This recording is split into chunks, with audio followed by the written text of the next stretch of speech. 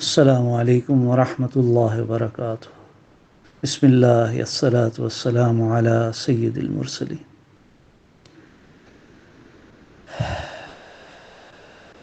دوستو، آج میں جو واقعہ آپ کی خدمت میں پیش کرنے لگا ہوں، یہ سندھ کے ایک جاگیردار وڈیرے اور ایک مظلوم بیوہ خاتون سے متعلق ہے۔ وہ کہتے ہیں نا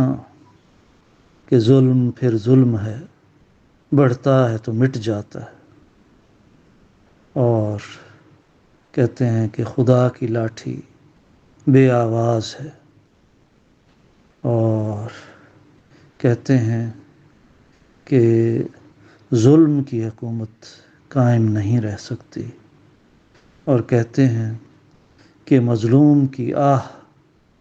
اللہ کے دربار میں، اللہ کے عرش میں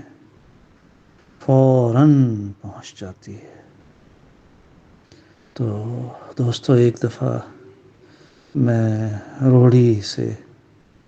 ملتان کا سفر کر رہا تھا، تو جب ہماری گاڑی شالیمار ایکسپریس میں تھے ہم، تو میرے ساتھ ہی ایک سندھی صاحب بیٹھے تھے، تو ہم باتیں کرتے آ رہے تھے۔ جب گھوٹکی کے قرب و جوار میں ہماری ٹرین پہنچی تو اس نے کہا کہ اسی علاقے کا ایک بڑا مشہور واقعہ ہے کہ یہاں ایک گوٹھ میں، ایک دیہات میں ایک بیوہ خاتون رہتی ہے، اور اس کے خاوند کا انتقال جب ہوا تو اس کی وراثت میں چند کنال زمین جو ہے وہ آئی،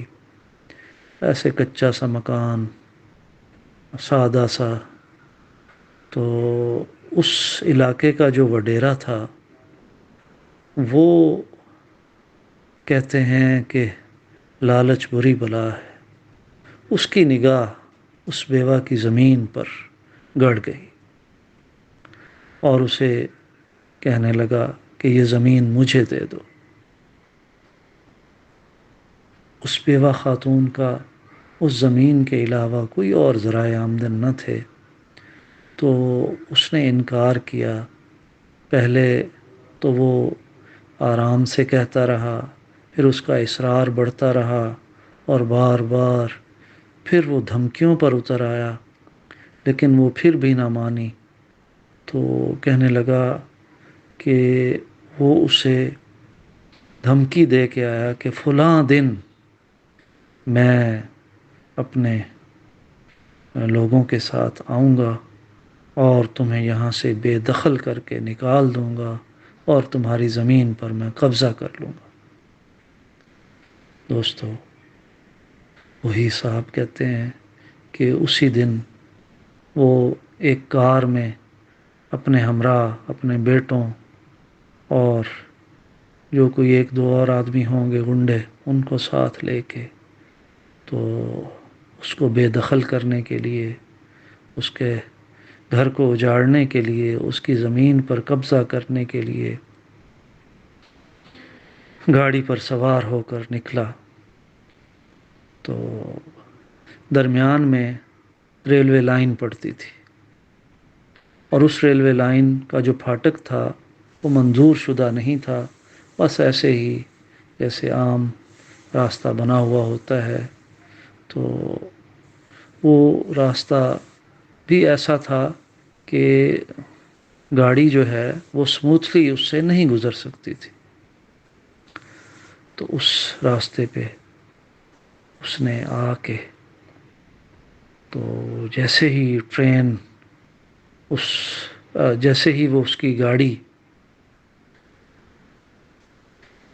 ٹرین کی پٹری پر آئی تو وہ اس میں پھنس گئی، اور وہ ایسی پھنسی کہ جتنا انہوں نے زور لگا لیا وہ گاڑی نکلے ہی نہ۔ اور قدرت خدا کی دیکھیے کہ کار کے دروازے بھی بند ہو گئے، اور چند ہی لمحوں میں ادھر سے دیکھا تو ایک کراچی سے ٹرین آ رہی تھی، ایکسپریس ٹرین تھی۔ اب اللہ کا انتقام شروع ہو چکا تھا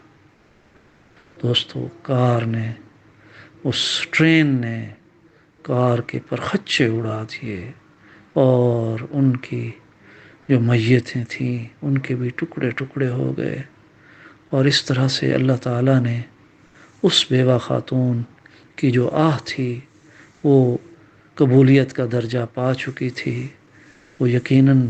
اس دن پریشان بیٹھی ہوگی، اللہ سے گڑ گڑا رہی ہوگی، اللہ سے مانگ رہی ہوگی کہ خدایا تیرے سوا میرا کون ہے، یہ تو وڈیرا ہے، یہ جاگیردار ہے، تھانے دار ان کے ساتھ، بڑے بڑے پارلیمنٹیرین ان کے ساتھ، حکومت ان کے ساتھ، اللہ میرا تو تیرے سوا کوئی نہیں۔ تو دیکھیے دوستو کس طرح سے قدرت نے اس کو ایک وڈیرے کے ظلم سے بچایا، اور وڈیرے کا جو ظلم تھا اس کو کس طرح اس کے انجام تک پہنچا دیا۔ بس دعا کیجئے کہ اللہ تعالی ہمیں، وہ کہتے ہیں نا بزرگ کہ اللہ نہ ظالم کرنا اور نہ ہی مظلوم بنانا،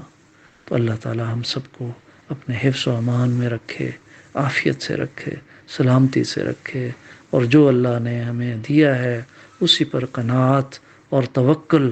نصیب فرمائے، اور اللہ کا شکر ادا کرنا، اللہ اپنا شکر ادا کرنے کی توفیق عطا فرمائے۔ والسلام۔